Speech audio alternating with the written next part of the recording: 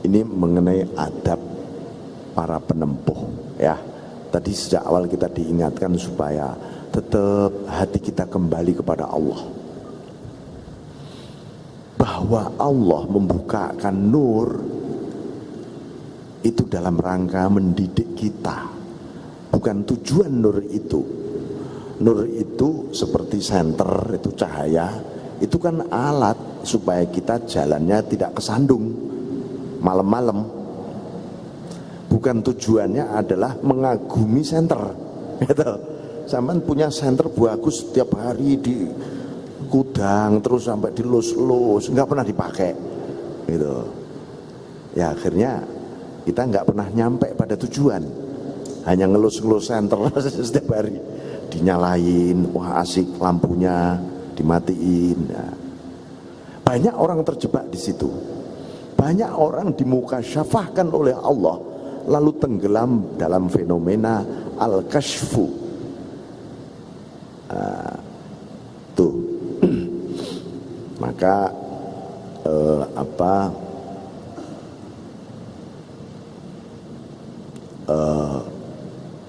baik ketika kita pernah bersalah, berdosa, ataupun kita sangat tekun taat, jangan sampai kita itu terpaku kepada wujud taat kita dan terpaku pada kesalahan-kesalahan di masa lalu kita.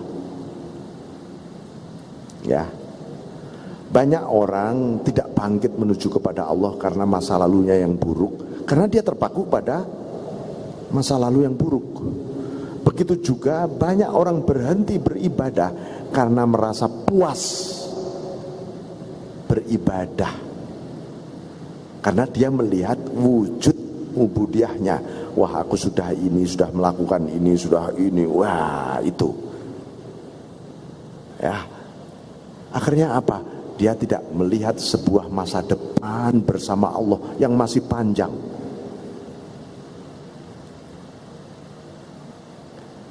Nah, itu. Bismillahirrahmanirrahim. Jadi ini seseorang antara harapan, ketakutan sama harapan, ketakutan sama. Jadi suka duka ya sama-sama, karena itu sesuatu yang ada di dalam hati kita, dan itu hati kita akan mengatakan ar-ruju ilallah fi kulli syai', dalam segala hal. Itu hati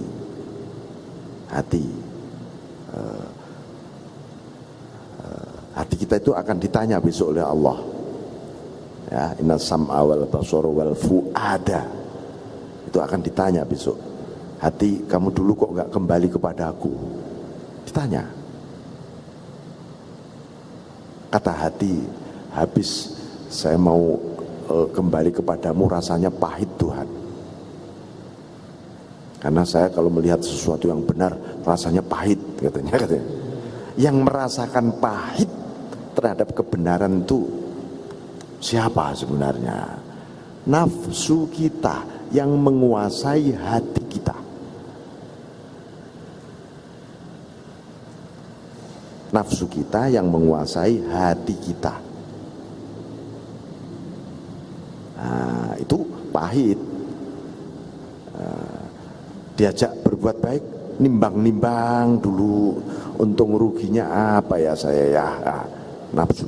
Tapi karena kita punya nafsu, Allah pun mendidik nafsu kita dengan qad aflaha man zakkaha. Pendidikan nafsu itu yang membersihkan nafsunya dari kotoran apa? Kotoran hawanya. Nafsu ada hawanya dibersihkan, lalu tinggal nafasnya saja menjadi tazkiyatun nafs. Kemudian itu bismillahirrahmanirrahim. Subhana man lam yaj'alid dalila ala awliyaihi illa min haitsu dalilu alaih wa lam yusil ilaihim illa man arada ayyusilahu ilaih. Maha suci zat yang tidak menjadikan bukti tentang tentang kewalian seseorang.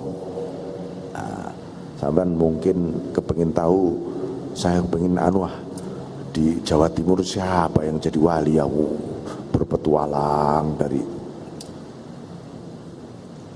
misalnya. Tapi Allah tidak pernah menjadikan bukti kewalian itu illa min haitsu dalil alaih, kecuali sebuah bukti yang menunjukkan kepada Allah. Maksudnya apa? Apabila seseorang dikehendaki oleh Allah untuk nyambung dan berjalan menuju kepada Allah, dia pun juga diberi petunjuk untuk bertemu dengan orang-orang yang mengenal Allah, yaitu para aulia.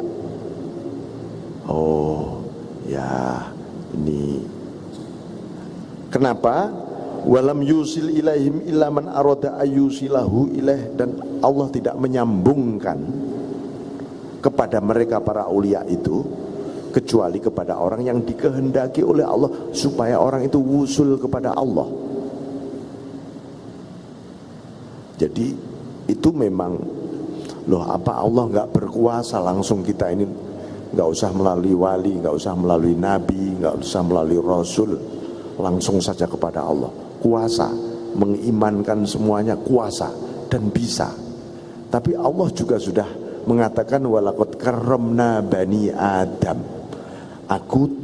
kami telah memuliakan manusia. Karena aku menghormati manusia cipta aku ini, proses-proses apa itu tumbuhnya hidayah, itu ada proses. Ya, ini namanya tawasul, ya, tawasul. Kenapa tawasul kok boleh, kok dianjurkan wabtaghu ilaihil wasilah?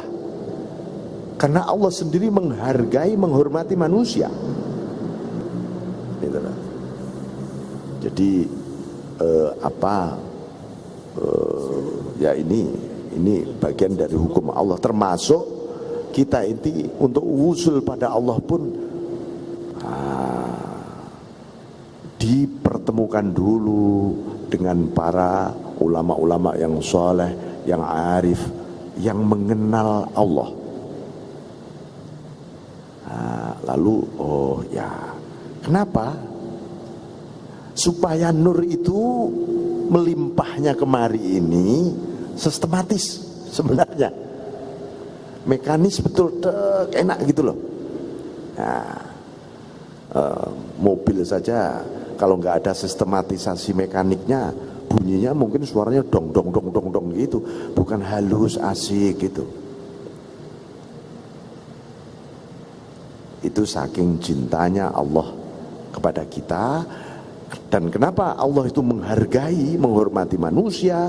Karena al-insanu sirri wa ana sirruh. Manusia itu rahasiaku dan aku rahasianya. Siapapun yang kepengin mengenal aku harus lewat pintu gerbangku. Siapa pintu gerbangku? Manusia ini. Semua makhluk Allah itu sangat-sangat sebenarnya bergantung pada manusia. Makanya kita ini dianjurkan bersolawat kepada Kanjeng Nabi, ya. Nah, apa sih Nabi katanya sudah sempurna, sudah ini, kok kita? Lah iya, ketika kita bersolawat itu kita seperti pasang channel, selek. Nah, kalau TV studionya, satelitnya sempurna, oh terang sekali, enak. Dan itu kembalinya untuk kepentingan kita. Maka kita semakin harus banyak bersolawat karena itu. Karena Nabi adalah prototipe paripurna yang paling mengenal Allah. Nah itu. Nah, Allah bersolawat dulu kepada Nabi, melimpahkan semuanya. Maka ketika kita dipanggil oleh Allah, ya ayyuhalladzina amanu, hai orang-orang yang beriman, mengaku beriman, Sallu alaihi wasallimu taslima. Bersolatlah pada dia. Biar apa? Karena sholawatmu akan berpadu dengan sholawatku. Tidak ada sebuah pertemuan yang indah kecuali pertemuan antara sholawatku dengan sholawatmu, hai orang-orang beriman, pada diri Nabi. Dan itu kepentinganmu. Nah, maka sholawat Nabi itu, ya kalau kita itu lagi nganggur, sholawat saja sudah, nggak usah dihitung gitulah. Ada yang boleh dihitung untuk bisa biar istiqomah setiap malam, misalnya 100, 500, 1000 dirutinin. Selebihnya nggak usah dihitung, sholawat aja. Ya, sholawat terus pada Kanjeng Nabi. Karena apa? Terjadi satu proses persemaian sholawatnya Allah, malaikat, dan sholawat kita.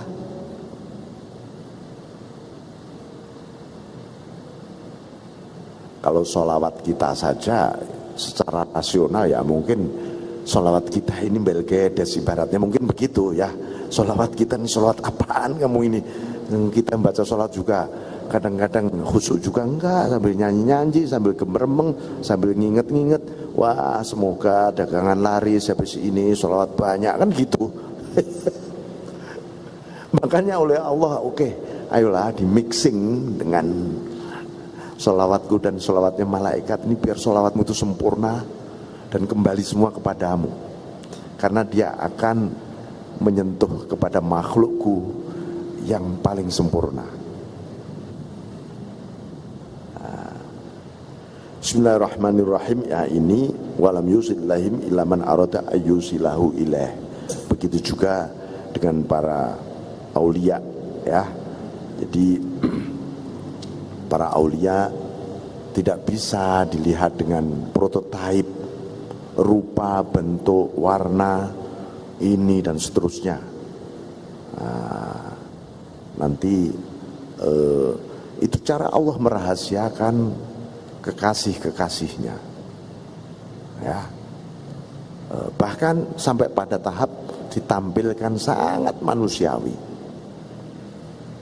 Kalau Kanjeng Nabi sepuncak-puncak, sehebat-hebat makhluk Allah, itu pun di pasar, makan, minum, menikah.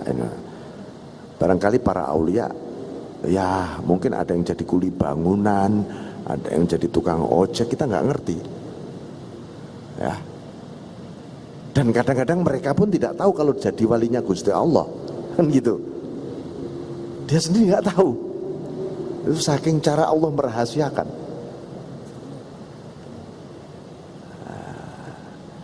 Makanya, wah kapan ya saya jadi wali? Jangan, gitu. Para wali yang tahu dirinya wali saja tidak kepengin, gitu. Karena dia harus menjalani aturan-aturan kewalian yang sangat berat, secara manusiawi sangat-sangat berat.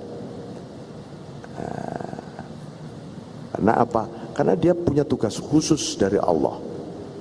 Maka para aulia,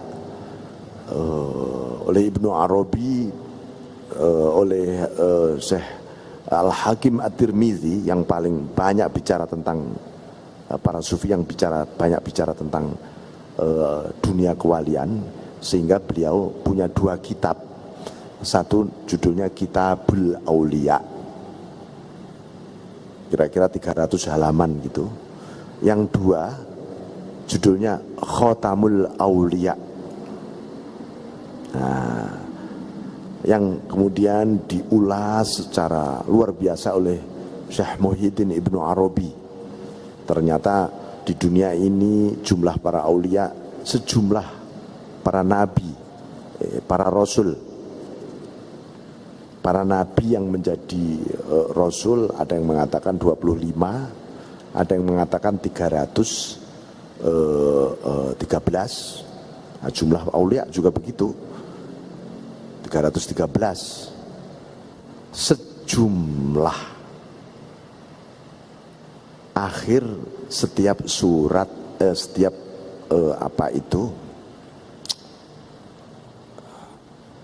ayat di Al-Quran.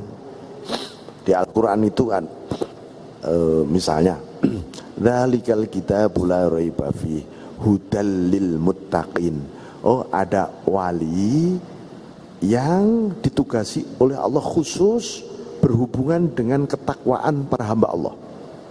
Satu.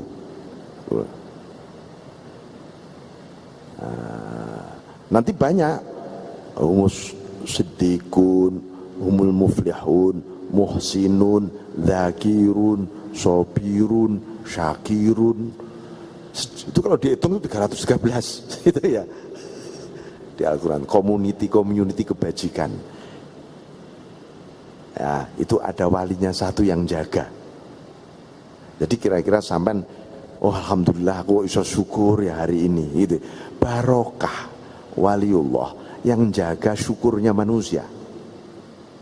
Jadi tugas wali itu bukan wilayah geografis. Mas, wali di daerah Gresik siapa ya yang khusus kecamatan ini gitu misalnya, itu geografis. Jadi wilayah dia wilayah itu tadi kebajikan batiniah semua ya. Jadi wali sing jogo sabar sopo ya, sing jogo ahlu dzikir siapa, muhibbin siapa, ada banyak gitu. Jadi kalau mereka wafat langsung diganti oleh Allah, dan itu opsionalnya Allah, hak prerogatifnya Allah, tidak bisa kita rencanakan. Misalnya para ulama kongres, si A diangkat jadi wali yuk gitu, nggak ada itu ya. Jadi yang angkat ya Gusti Allah sendiri, semaunya Allah. Bismillahirrahmanirrahim. Itu ada bab khusus dibahas oleh Ibnu Arabi yang berdasar pada kitabnya Al-Hakim At-Tirmizi, Khatamul Aulia. Bismillahirrahmanirrahim.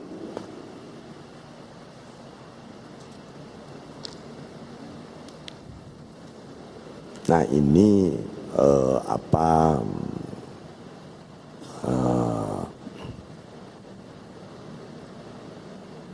sebuah makom.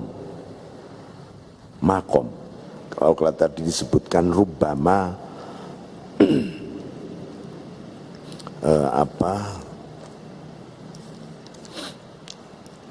waqafatil qulub ma'al anwar. Hati pun kadang-kadang bisa terjebak berhenti pada makom. Seorang wali ketika dia dibukakan oleh Allah, dinaikin derajatnya dari orang biasa menjadi makom aulia. Ketika dia dibuka makomnya lalu dia tercengang, wah asik, dia memandang fenomena kewaliannya. Dia telah mengalami tipu daya pada dirinya sendiri. Sehingga sang arif ini menikmati kemakrifatannya bukan menuju kepada al-ma'ruf yang dimakrifati, yaitu Allah. Allah membukakan ini semua supaya kamu lebih mengenalku kok. Akhirnya malah mengenal kemakrifatan yang aku berikan.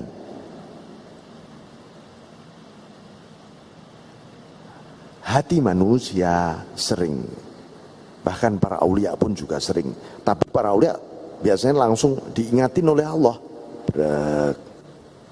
Kira-kira kalau diingatin berkali-kali kok enggak ini diturunin derajatnya dia, ganti gitu. Karena minal mustadrojin ya, jadi seperti itu. Oleh sebab itu Bapak sekalian, maka kenapa kita itu dilatih, diperintah oleh Allah untuk berzikir terus, Ya supaya mengingat bahwa aku ini menuju kepadamu dan aku ini engkau yang aku ingat. Ya. Bukan untuk ditukar dengan prestasi-prestasi duniawi kita. Eman-eman, ya, zikir Anda ini, Anda mengucapkan la ilaha illallah sekali. Kalau oleh Allah pahalanya diturunkan sekarang, Anda sudah moh dengan seluruh isi dunia ini. Tapi kita berzikir 1000 kali, pengennya dunianya Tuhan tak tukar ya ini 1000 kali loh.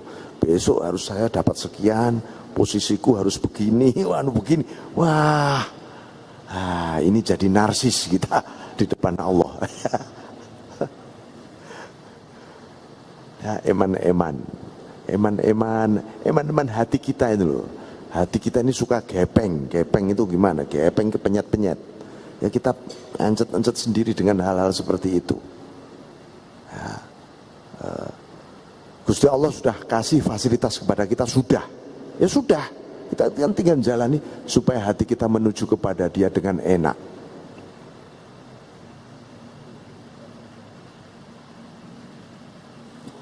Jadi demikian, mungkin ada pertanyaan, silakan. Ya. Monggo, barangkali ada yang Tuh, mau bertanya.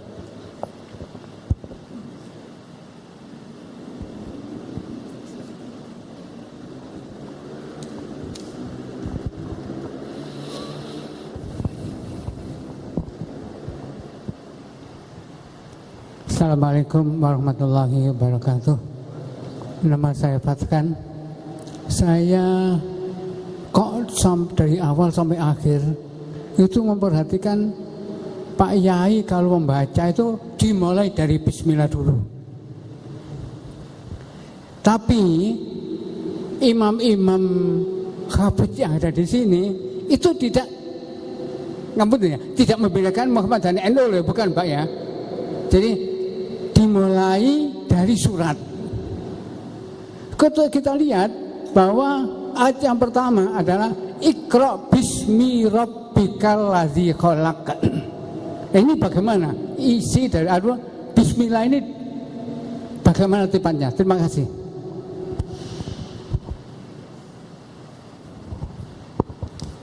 Yang lain, monggo. Itu ada Ibu.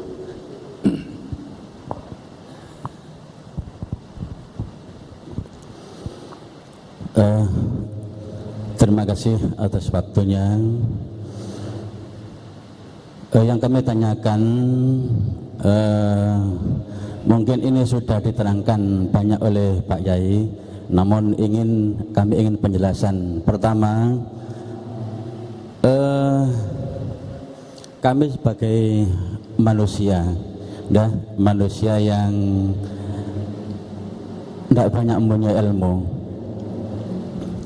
Yang kami tanyakan begini ya, di manusia itu kan ada sisi manusiawinya. Terus kita itu agar tetap di jalan Allah atau di nur oleh Allah, itu apa yang harus kita lakukan? Itu. Jadi agar tetap di nur oleh Allah, kan kami manusia awam ya, jadi perlu penjelasan. Jadi agar tetap di nur Allah itu apa yang kami lakukan. Yang kedua,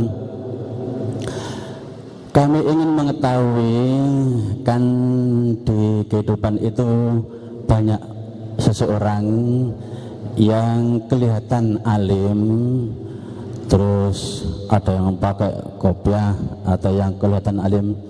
Lah kami ingin mengetahui agar kami dapat berguru atau cari guru yang sesuai dengan ilmu itu ciri-cirinya apa ya? Gitu. Mohon maaf Yai, mungkin barangkali yang saya tanyakan keliru. Begini Pak Yai, pada hakikatnya semua ketentuan Allah tidak akan bisa berubah. Kita berdoa tidak akan merubah ketentuan Allah. Tetapi Allah menyuruh kita berdoa untuk menampakkan kefakiran kita agar kita berhajat kepada Allah. Kemudian kami bingung ya, karena pernah mendapat keterangan dari guru agama saya waktu sekolah tentang takdir ada dua macam, takdir mubram dan takdir mu'allaq. Takdir yang bisa dirubah dan tidak bisa dirubah. Itu kami mohon penjelasan. Dan terima kasih. Assalamualaikum warahmatullahi wabarakatuh. Assalamualaikum. Baik. Jadi basmalah, apakah basmalah itu sebagai salah satu ayat di suratul Fatihah atau tidak? Ya, itu para ulama berbeda pendapat. Ya, Imam Syafi'i mengatakan basmalah itu sebagai bagian dari ayat. 7 ayat surat Fatihah itu pertama kali basmalah. Nomor 2 alhamdulillahirabbil alamin. Nomor 3 rahman. Imam Ahmad bin Hambal mengatakan itu bukan, basmalah itu tetap ayat Al-Quran, tapi bukan bagian dari surat Al-Fatihah. Loh, 7 ayatnya dimulai dari mana nanti? Ya tetap alhamdulillahirabbil alamin. Nah, pas siratal ladzina an'amta alaihim itu 1 ayat. Ghairil maghdubi alaihim waladdallin 1 ayat. Jadi tetap saja 7. Nah, jadi itu perbedaan. Hanya saja mayoritas di Indonesia ini madhabnya Syafi'i. Nah, seyogyanya membaca basmalah. Tapi saya melihat ada beberapa imam yang baca basmalahnya dipelankan. Bismillahirrahmanirrahim. Langsung alhamdulillah. Ya boleh-boleh saja. Tapi kalau membaca basmalahnya dipelankan supaya hatinya, saya biar beda dengan yang lain. Ini pahalanya jamaah hilang malahan.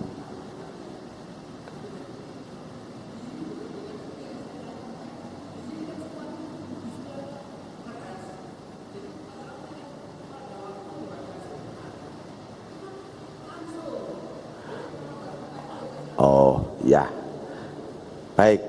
Kalau membaca ayat ya surat, misalnya para hufat ya meneruskan bacaannya, itu tidak perlu baca basmalah, nggak apa-apa, karena dia melanjutkan.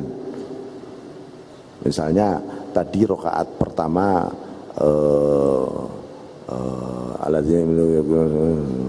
alladzina yu'minuna unzila ilaikum ma unzila min qablu bil akhirati hum yuqinun, ruku'.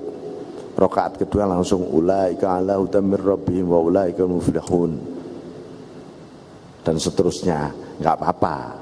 Tapi kalau dia membaca awal surat, tiba-tiba suratnya yang dibaca alam taro kulhu, ya basmalah dulu. Karena basmalahnya sebagai bagian dari surat Al-Ikhlas. Tetapi membaca surat di setiap rakaat ya itu hukumnya sunnah. Ya, hukumnya sunnah, bukan wajib. Artinya Bapak misalnya salat zuhur rakaat pertama Fatihah saja, habis itu ruku', ya enggak apa-apa. Cuman enggak dapat pahalanya baca surat. Sah, tapi ini. Jadi ini yang banyak belum difahami mengenai muqoronatul madzahib. Usul fikihnya Hanafi gimana, usul fikihnya Imam Syafi'i, usul fikihnya Maliki gimana, begitu juga usul fikih Imam Ahmad bin Hambal. Contoh nih Pak, Imam Hanafi tidak menjadikan muwalah. Muwalah itu berurut nuli-nuli itu apa namanya? Terus menerus, habis muka, tangan, ini, dan tidak menjadikan niat sebagai rukun wudhu, karena Al-Quran tidak menyebutkan, kata Imam Hanafi begitu. Juga tidak harus tertib, gitu ya. Jadi, tapi Imam Syafi'i menjadikan itu sebagai rukun niat ini. Nah, bagaimana seandainya kata Imam Hanafi ini, kalau orang nggak niat, juga nggak tertib, juga nggak terus menerus setiap dari satu rukun ke rukun yang lain, nggak ada letnya, sah nggak? Oh sah, tapi berdosa. Nah, sebab apa? Beliau membedakan fardul wudu dan wajibul wudu. Kalau Imam Syafi'i wujubul wudu dengan furudul wudu sama. Imam Hanafi beda. Wajibul wudu atau wujubul wudu itu kalau tidak dijalani wudunya sah tapi berdosa. Sebenarnya sama saja, gitu loh ya, sama saja. Begitu juga Bismillahirrahmanirrahim itu dinilai sebagai wujub bukan furud oleh sebagian ulama di suratul Fatihah itu. Tapi tadi yang Bapak tanyakan itu tadi karena meneruskan surat, bukan memulai. Nah, ya, bukan memulai. Boleh nggak pakai basmalah, boleh ketika baca surat. Yang penting bukan mulai dari awal. Misalnya Bismillahirrahmanirrahim, idza jaa, itu mulai dari awal. Sekedar meneruskan tadi. Ditambah basmalah juga bagus, nggak apa-apa. Ya, karena setiap sesuatu yang berbeda itu tidak ada yang berulang. Ya, kita makan, Bapak makan, ini pulukan atau suapan pertama dengan kedua sudah beda loh sebenarnya. Ini baru sebenarnya. Mestinya kita pun nyendok yang kedua atau muluk yang kedua ini baca basmalah mestinya. Bismillahirrahmanirrahim. Ketiga Bismillahirrahmanirrahim lagi. Ini soalnya baru. Itu keempat mestinya begitu. Tapi oleh Rasulullah diperingat awalnya saja nggak apa-apalah gitu daripada tidak sama sekali kan gitu. Nah, kemudian tadi Bapak mengenai nur, ya, nur Allah itu sebenarnya tidak pernah berubah, tidak pernah berkurang, juga tidak pernah tambah nurnya Allah. Yang berkurang, yang tambah, yang berubah adalah diri kita. Oleh karena itu tugas kita menyiapkan untuk menerima nur tadi. Ibarat cermin yang paling mudah. Gitu. Cahaya matahari pun sebenarnya nggak pernah berubah, yaitu terbit dari sana, yaitu loh ini tapi kok remang-remang daerah sini, sono kok gelap. Itu karena ada awan, ada bukit, ada macam-macam yang menghalangi. Tugas kita adalah menyingkirkan bukit itu tadi, mendung tadi ini supaya terang mataharinya. Padahal mataharinya ya tetap terang. Nuruhu, cahaya Allah juga begitu. Tugas kita membersihkan setiap hari cermin kita. Tathhirul qulub, menyucikan hati. Ya, perbanyak istighfar, zikrullah. Jadi setidak-tidaknya itu begini. Ada sifat-sifat mulia hati yang harus dibangun setiap hari. Oke, saya dalam waktu 2 bulan ini saya ingin setiap hari memelihara syukurku, ridhoku, tawakalku. 3 hal. Setiap hari tak lakoni ini coba. Ntar kalau sudah selesai 2 bulan ganti tambahin. Oh, sekarang saya ingin setiap hari bertobat, istighfar, terus istighfar, terus istighfar. Ditambahi, saya terus menerus sholawat, saya terus menerus la ilaha illallah. Dilatih istiqomah. Ya, kita harus punya sesuatu yang kita istiqomahkan. Karena istiqomah itu jalannya cintanya Allah. Karena itu berat. Kita harus melawan diri kita sendiri. Orang istiqomah itu malam-malam mau istiqomah tahajud, males, dingin, aduh badan kurang enak, ada saja alasannya. Nah, harus dilawan. Harus dilawan. Termasuk melawan hal-hal yang hati kita membuat kotor dan ruwet. Apa ini? Enggak. Kita kan bisa mengalihkan. Kita ini bisa mengalihkan. Misalnya kita ini lagi jutek, sumpek, stres terhadap satu, tak alihin aja dah ke yang lain yang lebih bermakna. Begitu kita mengalihkan, selesai juga ini masalah. Kan begitu. Kenapa? Innal hasanat yudhibnas sayyiat. Kebaikan itu menghapus keburukan. Keburukannya sumpek tadi dihapus oleh kebaikannya. Anda baca buku, Anda tiba-tiba nolong orang misalnya, ya tiba-tiba selesai. Itu dijanjikan oleh Allah, kebaik. Jadi kalau kita itu udah berbuat baik aja sudah, nggak usah mikir-mikir, berbuat baik aja yang banyak. Nanti seluruh keburukan hati kita hilang sendiri, terang tiba-tiba. Tiba-tiba kok terang ya hatiku. Itu.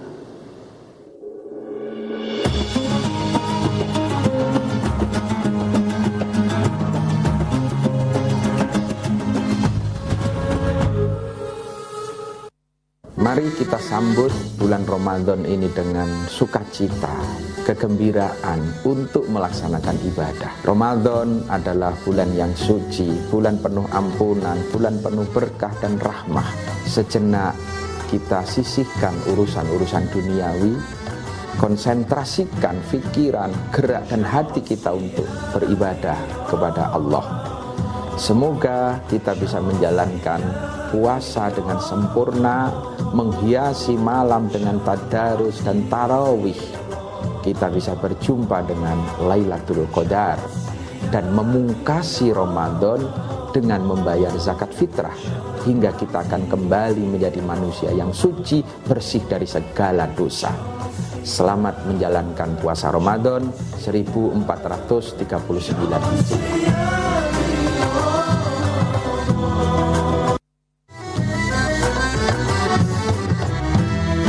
Untuk membangun kualitas keislaman kita, kekokohannya, fondasi la ilaha illallah Muhammad Rasulullah inilah yang pemahaman maknanya harus melalui proses keyakinan, kemantapan. Kemudian tembok yang akan melingkupnya adalah asyam, puasa. Sebagaimana hari-hari yang kita jalani Ramadan ini, kita sedang mengokohkan tembok agama. Hai muslimin dan muslimat,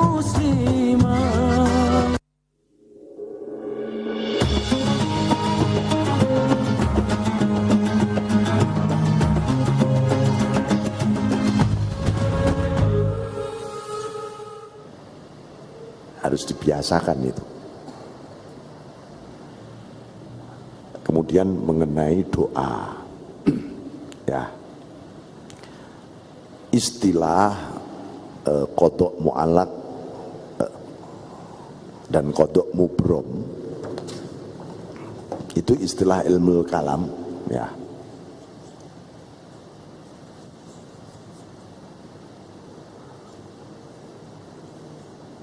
Ini yang bisa dirubah, digantungkan maksudnya. Ini yang tidak bisa dirubah, takdirnya Allah. Yang tidak bisa dirubah, yaitu terserah Allah. Tapi ada yang bisa dirubah oleh ikhtiar, doa, dan seterusnya. Ini bagaimana sih memahami? Ini sebenarnya soal klasifikasi. Prakteknya bagaimana nih praktek yang mempraktekkan ini? Qadha mu'allaq, semua qadha itu menjadi mu'allaq secara syariat. Semua itu qadha menjadi mubrom secara hakikat. Hakikatnya takdirnya Allah nggak ada yang berubah. Syariatnya bisa berubah, gitu saja memahaminya.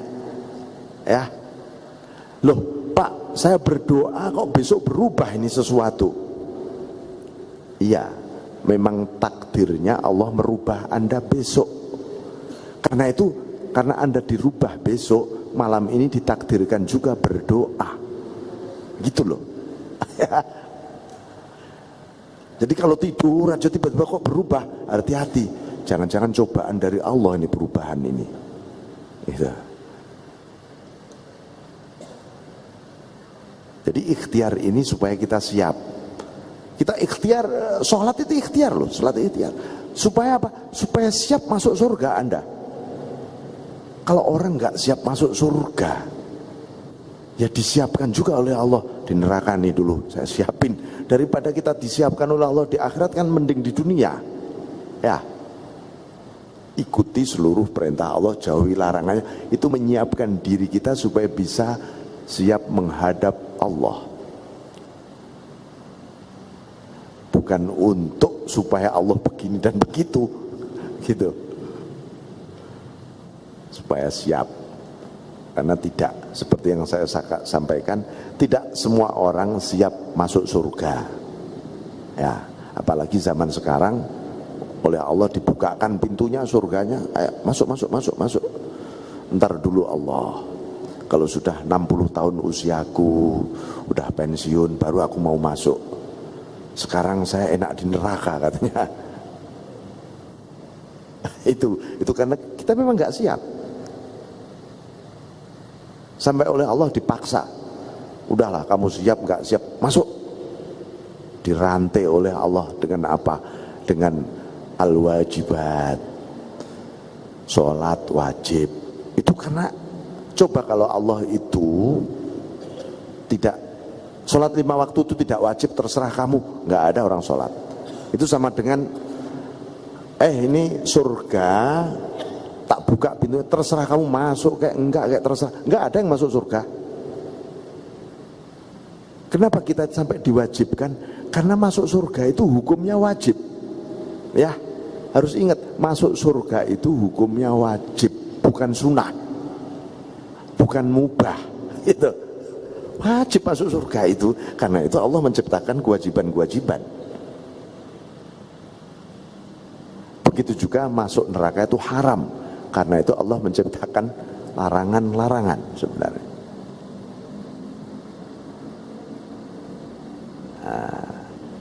Jadi seperti itu. Jadi berdoa saja, karena berdoa itu mukhul ibadah. Supaya kita menjaga rasa fakir kita kepada Allah. Sebab manusia itu jarang yang menjaga rasa fakirnya kepada Allah. Ketika dia punya kebutuhan mendesak baru fakir. Begitu fasilitas dipenuhi nggak butuh Allah dia.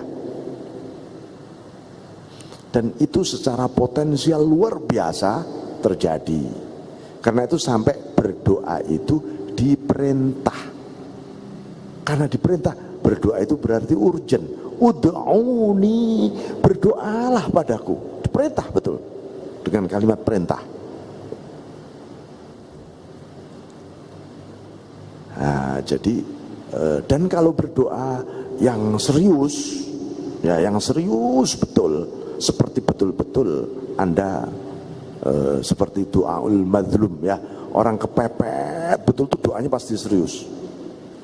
Nah, kita dalam kondisi ini harus seperti itu berdoanya, ya.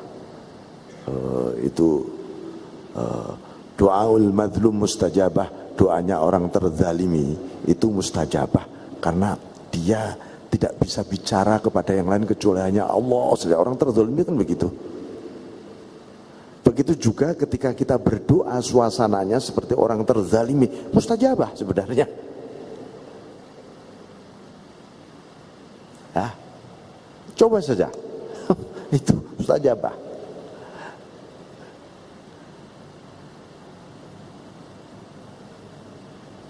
Doa ibu lebih banyak dikabulkan oleh Allah. Nah, mestinya para psikolog agama meneliti kenapa ya, apa yang dirasakan oleh seorang ibu ketika mendoakan anaknya. Itu psikologi agama harus meneliti itu. Saya pernah mensurvei beberapa ibu-ibu. Bu, apa yang ibu rasakan ketika kedua telapak kaki ibu dicium oleh putranya? Nah, ya. Jawabannya macam-macam gitu. Tapi itu menunjukkan ya kenapa Rasulullah menyebut surga di bawah telapak kaki ibu. Nah sekarang kalau ibu telapak kaki dicium oleh sang putra, apa yang Anda rasakan, Bu? Apa jawab ibu-ibu? Ada yang mengatakan, waduh, seandainya saya harus menggantikan anak saya di neraka, saya rela. Demi anak saya yang sedang mencium telapak kaki saya tadi. Oh, itu satu, ada yang menjawab begitu. Itu artinya secara psikologis, seorang ibunda ketika dicium telapak, katanya surga itu seluruh dirinya diserahkan, dikorbankan untuk si anak.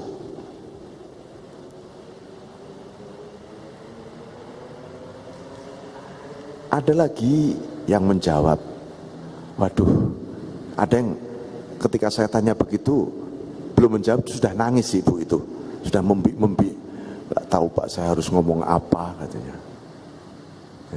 Jadi macam-macam ya. Mungkin ada mahasiswa psikologi yang ambil S3, coba ini belum aja disertasi surga di bawah telapak kaki ibu. Coba itu. Oh, itu dahsyat. Jadi begitu, Ibu ya. Saya kira demikian, saya mohon maaf yang sebesar-besarnya. Wal afu minkum wallahu muwaffiq ila aqwamit thariq. Assalamualaikum warahmatullahi wabarakatuh.